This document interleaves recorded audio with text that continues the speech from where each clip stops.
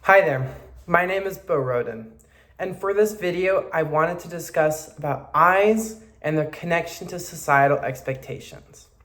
Now, what really got me intrigued in eyes and wanted to pursue the topic further was my introduction to the movie Ring. Now, we had a short-minute showing in class that was about 4 minutes and gave us a nice brief scene and introduction. So to go through the scene in a quick overview, we're seeing a woman frantically trying to call a man. Man is not picking up his phone, and instead that man is enraptured and intrigued by something that has popped up on his TV without him putting any tape in. Now we're given a set of random images, all kind of disturbing. We don't know the correlation, and we're starting to build our own expectations for what this means. Then, as those images fade and this woman starts panicking, unable to reach this man, we see a well show up in the background, in the middle of a forest. Now, as it progresses, this woman is slowly starting to get more anticipated. The music is picking up in pace, almost like a heartbeat rhythm. As we see further, there is an emergence of black hair and a ghostly figure slowly pulling herself out of the well and almost crawling towards the TV. Now, as this ghostly apparition crawls further and further towards the male, we're starting to see some precipitation on top of the TV. And so our fear is heightened. She's becoming physical. We're starting to feel like the threat is more legitimate, until the turning point where the ghost pulls herself out of the TV and into the real world. The man, startled and confused, starts to slowly back up, knocking things over, creating a mess as this ghostly apparition steps forward, leaving an audible sound and wet footprints in her wake. Now, as we move forward a bit in the scene, the ghost and the man are face to face, and we finally see what seems to be under this black veil of hair, and it's this almost grotesque, rotting eye.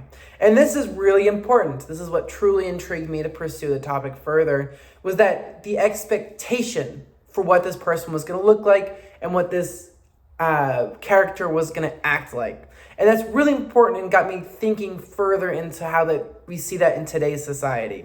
Now, in today, we're a bit more lenient in the thought that there's a certain way you should look. And this typically stems from conformity, and in conformity there is comfortable, and that kind of is tossed out when it comes to horror movies and this uncanny effect.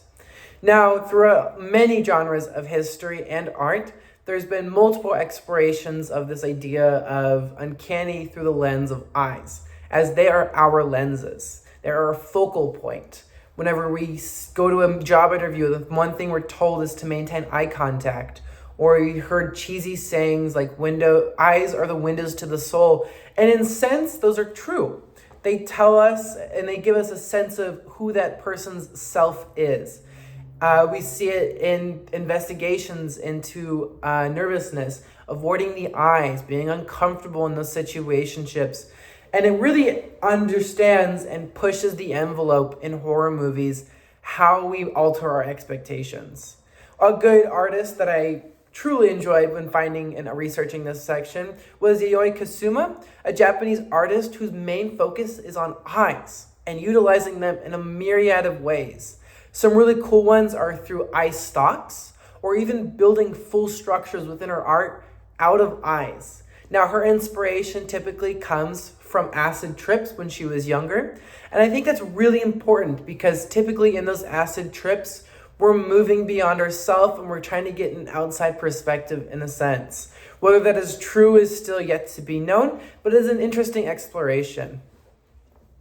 Now, to get into more logistical and context, the ending of the movie, The Ring 2024, the US version, we see at the very end that she is given justice, she is given relief, she has her story told, and then she is finally allowed to leave. And in those last moments before she's allowed to leave, she's all of a sudden new again. She hasn't decomposed, her hair is clean and pushed away from her face, and we see what looks to be a normal person.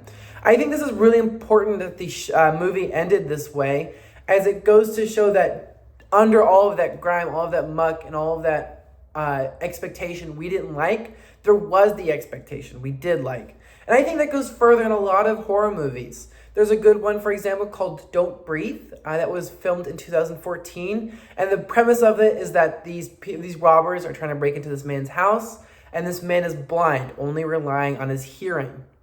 As we move out through the movie, we find out that this man that we assumed was innocent, he had no eyes, so he can't be that dangerous. It turns out to be very dangerous, murdering a couple of the burglars, with only 2 escaping in the end.